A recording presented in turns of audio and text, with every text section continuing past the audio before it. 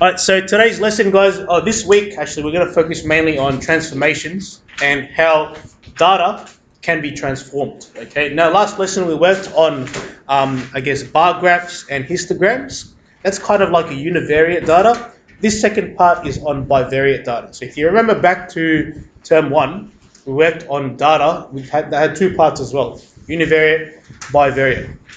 Now, bivariate data is referring to mainly your X and Y graphs. So when you have a graph like this and you've got a bunch of dots, that's your bivariate data. When you have a graph like this, okay, where you have, say for example, it's not scrolling. All right, let's go this way. So if you have a graph, for example, that looks like a histogram, where you've got a bunch of bars, this is univariate data, okay, focusing on one data, but we're working on bivariate data today, okay, which is graphs that has dots in it and lines. So that's the main focus. Now, bivariate data with a linear association can be modeled with a least squares regression line. Now, this least squares regression line, remember, is the line that you have in a graph that forms the equation. So let's say you have a graph like this, okay, I've done my dots.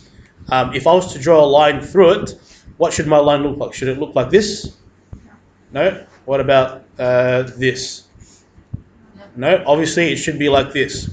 It should follow the dots. Okay, so this is my least squares regression line. The line represents the dots in this case, right? And you do it using a CAS. I'm going to open my CAS up. But your CAS, okay, it does all of this for you. So you don't need to do it by hand. Okay, but basically with a CAS, if you remember back to how you use a CAS, there's an Excel sheet that looks like this. I'll show you once the CAS here loads. But basically, the spreadsheet is where you put all your data in. It's kind of like a table of values.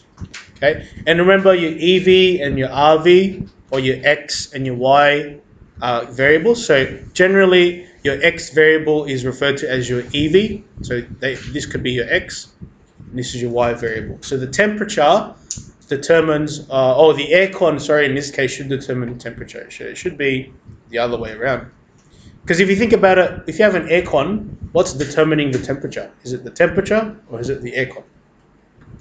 Okay, the aircon affects the temperature. So in this case, the aircon should be X, temperature should be Y. Now on your CAS, if you've forgotten how to put data in, okay, let's go straight to the home menu. If you're here, you go new document, and then you go add list and spreadsheets. Okay, so if you have your CAS on you, let's open that up now. So go on your CAS, go to new document, and then add list and spreadsheets. Okay, a shortcut to that is this button here as well, if you want to. Straight to list and spreadsheets. Easy. All right, so that's on our CAS. Also, when you're putting in data, let's just make up some data. Oh, also remember, if you want to label your column, put your cursor up here. Okay, you can name it whatever you want. This could be Blake and sleep. Okay, I don't know. It could be any variable you want. Okay, or actually, it should be maybe work, not Blake. So your work determines the number of sleep that you have. So if you have like 4 hours of work or 5 hours of work, you might sleep for 4 hours. Okay, I'm just going to make up some random data. 0. Yeah, there's a lot of 5s. Let's just change it up a bit. Could be your data could look like this. Could be anything. Okay, but remember this is bivariate, so it's two sets of data, two columns. All right, so if you want to make a line, or if you want to put this, actually before we even do that, if you want to put this in a scatter plot, how do you do that, guys? Do you remember? Go Control I, right? And then you go to this menu, add data and stats, and you click on these. So this will put this into a graph for you. So that could be work, that could be sleep. So there's my graph. Looks ugly because the data is pretty random. Well, that's that. Do you remember how to make a line from this? Anyone remember? Menu, analyze, regression, a plus bx. Okay, remember that? And that gives us a line. And if you click on the line, it will give you the formula for the line. So there's my formula. So there's the formula of the least squares regression line.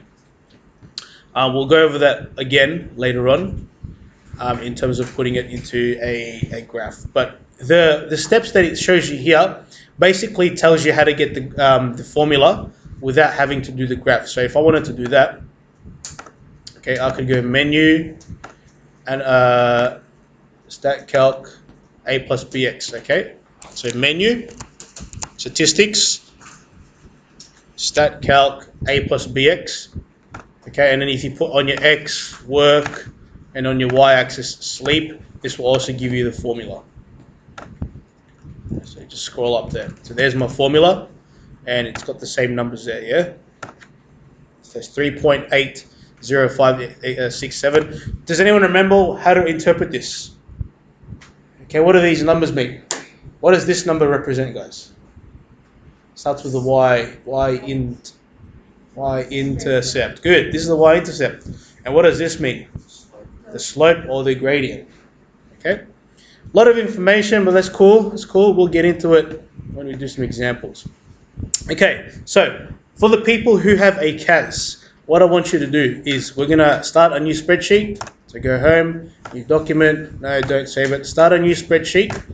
And we're going to put this data into our spreadsheet. So for the one column, we can call it temp. And the second column, we can call it aircon.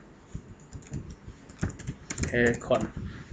Okay, and I want you to put these values into a table. If you don't have your CAS, you should do this by hand. Okay, so write this down in your book. Yep, the table. So temp on the top, and aircon on the bottom.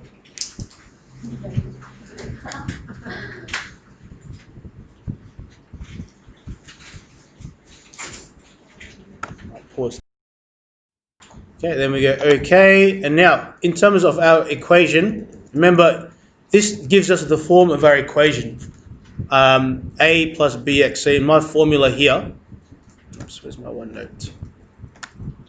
So remember for the first part here, with any equation, remember the form needs to look like this: y equals a plus bx, and the only two things that you're changing here is y and a. A and B. So what is A and what is B? So if you look at your CAS, what is A and what is B? A is negative 37.56. Let's round it to 2 decimals. So if I round that, y equals A is 37.56. Okay, or negative 37.56, sorry. So change A, and then plus, we change B as well. And B in this case is 1.87. So we'll just put 1.87x. So there's my formula right there. Now the other way you could have done this is if you plotted the graph for it. So to plot the graph, Control I, Starter and Stats. Make sure you know what X and Y is. X was temp, I think it was. Yep, it was temp. Yeah, X was temp. And Y was aircon cells. So X is temp, Y is aircon. There's my graph. If you want to make a formula for it, menu, analyze, regression, A plus BX. And there's my formula. So same as what we have, we've written down here. So Y equals negative 37.56 plus 1.87x. Okay, so that's my formula. Now remember, in year 12, you're going to be asked to, by the way, write this in the form of the actual full equation, where now you need to change x and y. Okay, so what do we change x and y to? Do you remember? What's x here, guys? Yep, change x to temperature, and you change y to aircon. So you're basically just rewriting it with these words now, temperature and aircon. So it's going to be temp equals negative 37.56 plus 1.87 times aircon. Okay, so you need in year 12, this is what they expect you to do. Write your formula like this with these variables. Okay, write it with these variables. Otherwise, they're not going to give you the full mark. So keep that in mind. If there's anything that you take away from Me, because I'm not going to be teaching you in year 12. Learn this. All right, write your formulas like this. All right, part B. Predict the number of aircon sold if the average daily temperature is 27. Round your answer to the nearest whole temperature. So B, we need to predict the number of aircons sold. So how many aircons were sold if the temperature is 27 degrees? So in my formula, if I change temperature to 27 equals negative 37.56 plus 1.87 times aircon, what is aircon? Okay, so do you remember how to use the solve function on our CAS? Yeah, good. So control I, let's add a calculator. So to use the solve function, solve bracket, okay, write down your formula. So it's 37.56, y equals 37.56 plus 1.87 times, okay, the unknown variable is aircon, but we're going to just call that x, and then comma x, because we're trying to solve for x, equals that. X equals 0.53, whatever, okay? Oh, okay, so one thing I forgot to do is change y. Sorry, guys. So change y to 27. So it should be, oh, and the formula should be negative 37. So you can see, just by how leaving out like certain information in your data, I can see that why would I have negative 5 aircons? That doesn't make sense, right? So think logically about your answer in year 12. Negative 5 aircons doesn't make sense, so don't put that as an answer. Look at your formula. What did Mr. Todio miss? What did I miss in my formula? Good, the negative 37. Okay, so watch out for those little things. Okay, that makes more sense. So 34 aircons were sold. So in this case, the prediction is 34 aircons. Okay.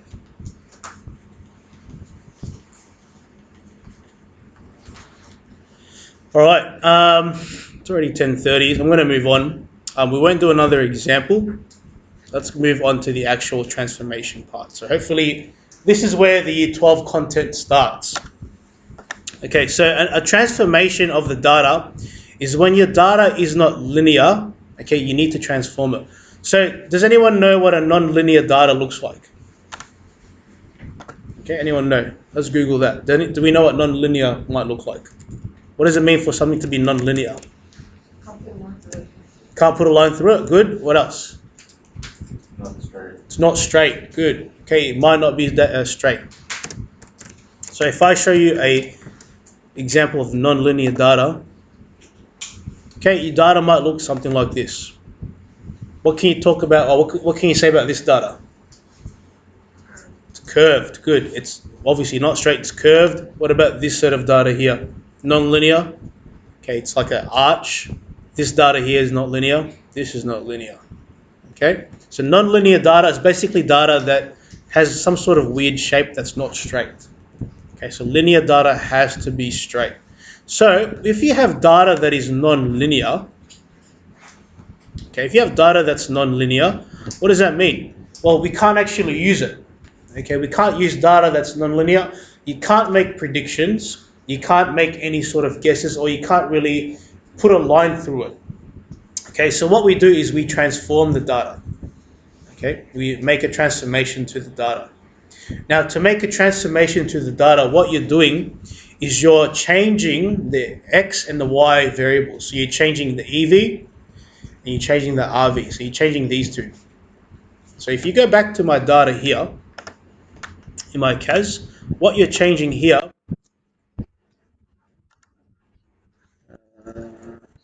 is these variables.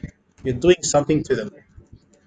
Okay, you're either squaring it, you're either square rooting it, you're either dividing it, or you're using some sort of logarithmic formula for it. Okay, but you're changing it because what that does.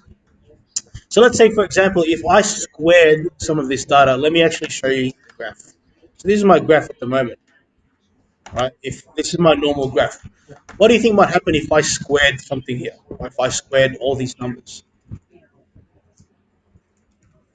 Okay, I might call this AC2, just AC squared, aircon squared.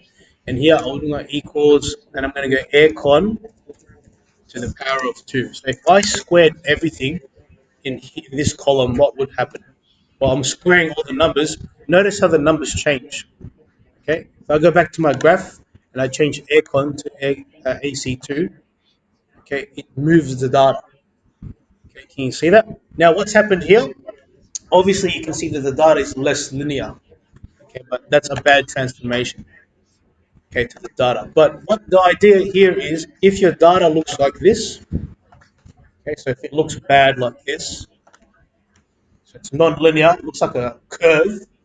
All you want to do is transform it so it looks more linear, like this. That's what you're trying to do to the data. That's a transformation. You square something, you divide something, or you use a log transformation on it to actually move the numbers and the dots so that it's more linear. That's what a transformation is. Okay, that's the idea. And these are the different types of transformations that you can do. You can either square the variable, so EV, remember, is the X variable, you can square it, or you can square the RV, you can square the Y variable.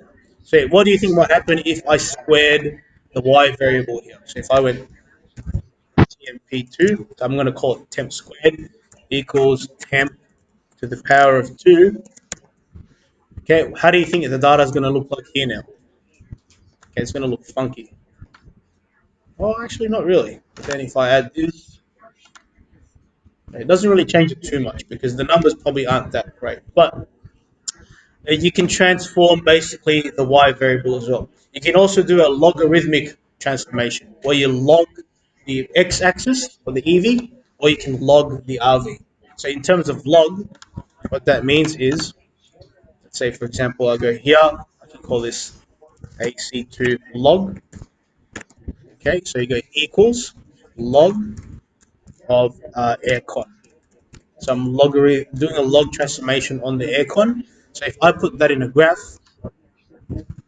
uh, and I put my log transformation here, it changes the data again. Okay, now it looks like that.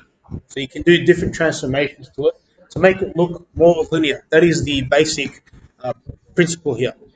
Okay, so that you can do a log on the EV or a log on the RV. And the last one is you can do a reciprocal. What that means is you just put 1 over the actual transformation. So what that looks like here. So if I do a reciprocal, it's going to look something like this. Let me move it here. So if I do a reciprocal, it could be, I could call it anything I want. I can do on. Okay, so equals 1 divided by aircon. That's the reciprocal. So it's 1 divided by whatever the variable is.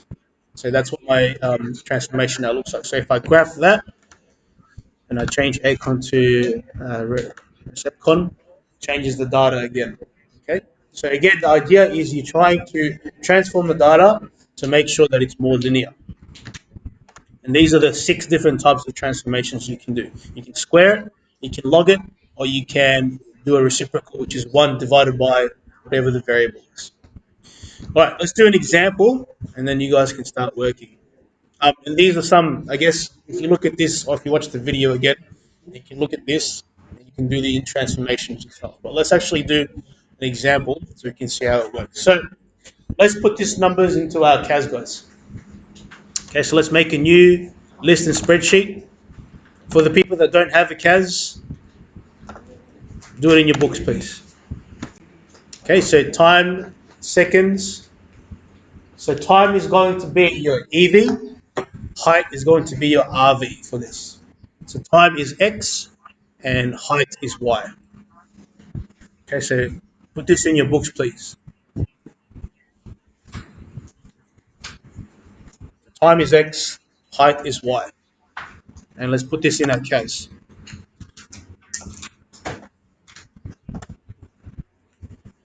You can call it whatever you want, but I'm going to call mine time and then height.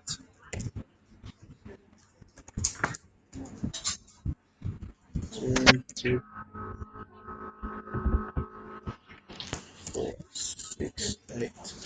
10.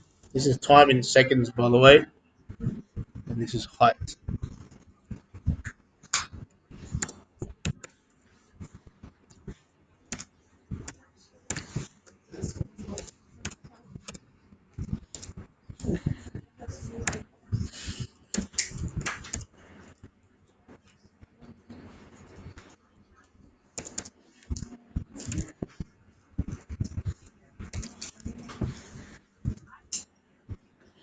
Okay, so make a table, guys, with those numbers.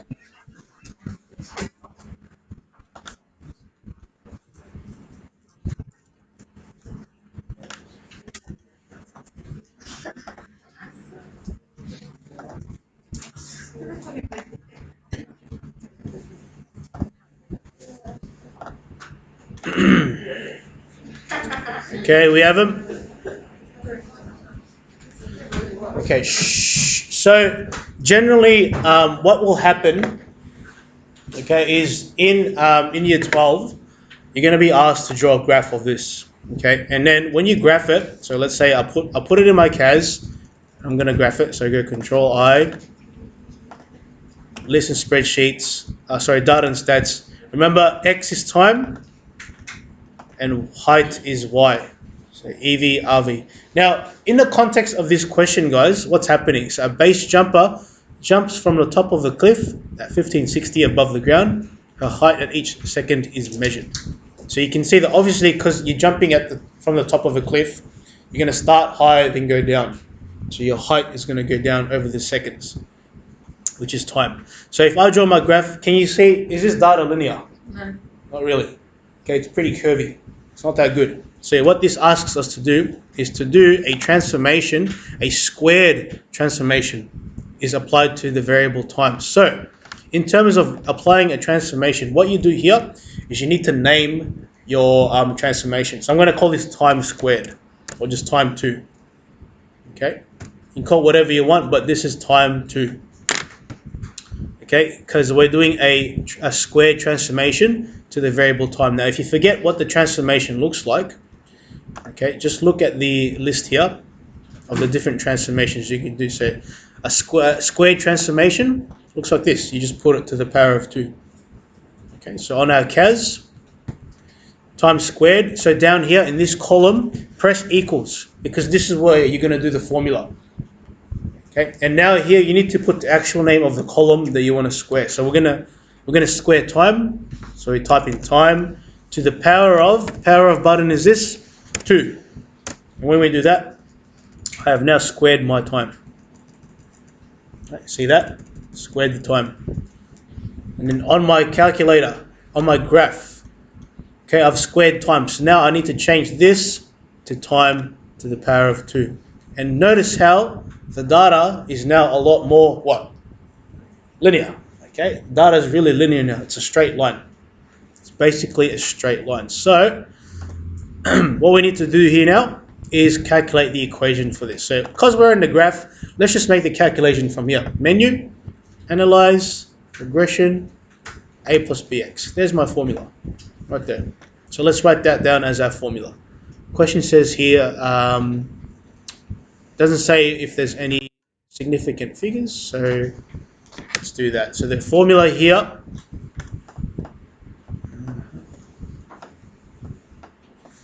what's happening? Okay, let's put this formula in.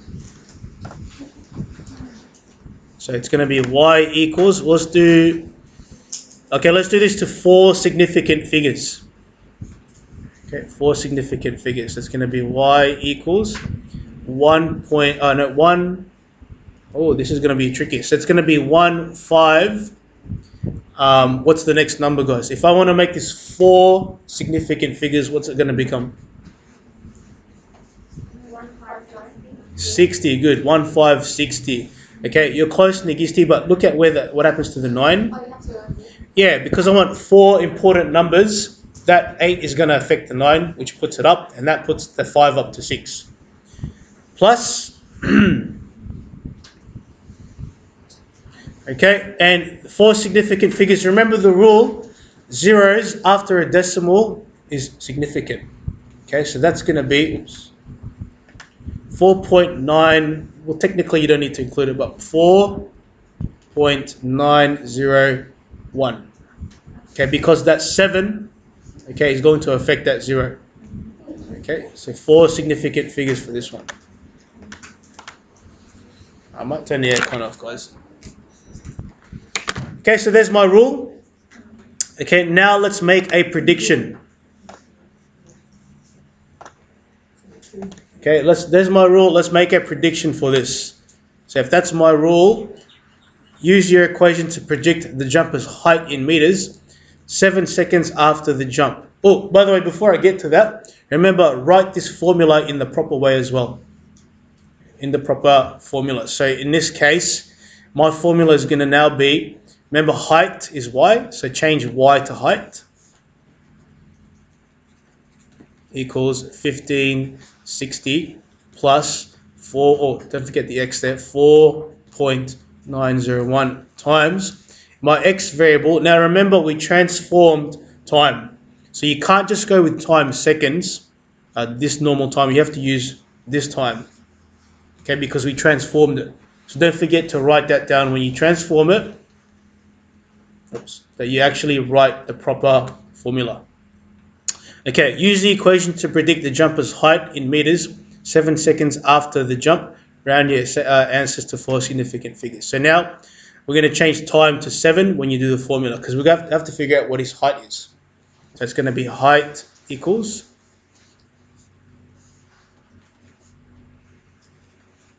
1560 plus 4.901 times 7. Okay, because time is 7. And then use a calculator for it. Control I. Okay, so it's going to be 1560 plus 4.901 multiplied by 7, which equals 1594.31.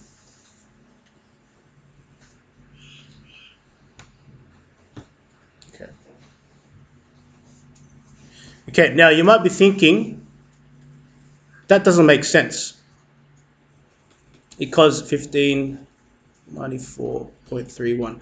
How come he increased in height? Okay, now think about the time, because we've squared it. This is a squared answer. Okay, so what do we need to do to this if it's squared? Not quite. What's the opposite of squared? Square root. Okay, we need to square root this, because this is a squared answer. So if we square root this, the final answer, so square root. So if you want to square root, control this button, square root this, that makes more sense. Okay, after 7 seconds, their height is going to be 39. Okay, because obviously they're falling down. Okay, so you're going to need to use a little bit of logic when you actually do these questions. Okay, I'm going to stop there now, because I feel like I've been talking for the whole lesson.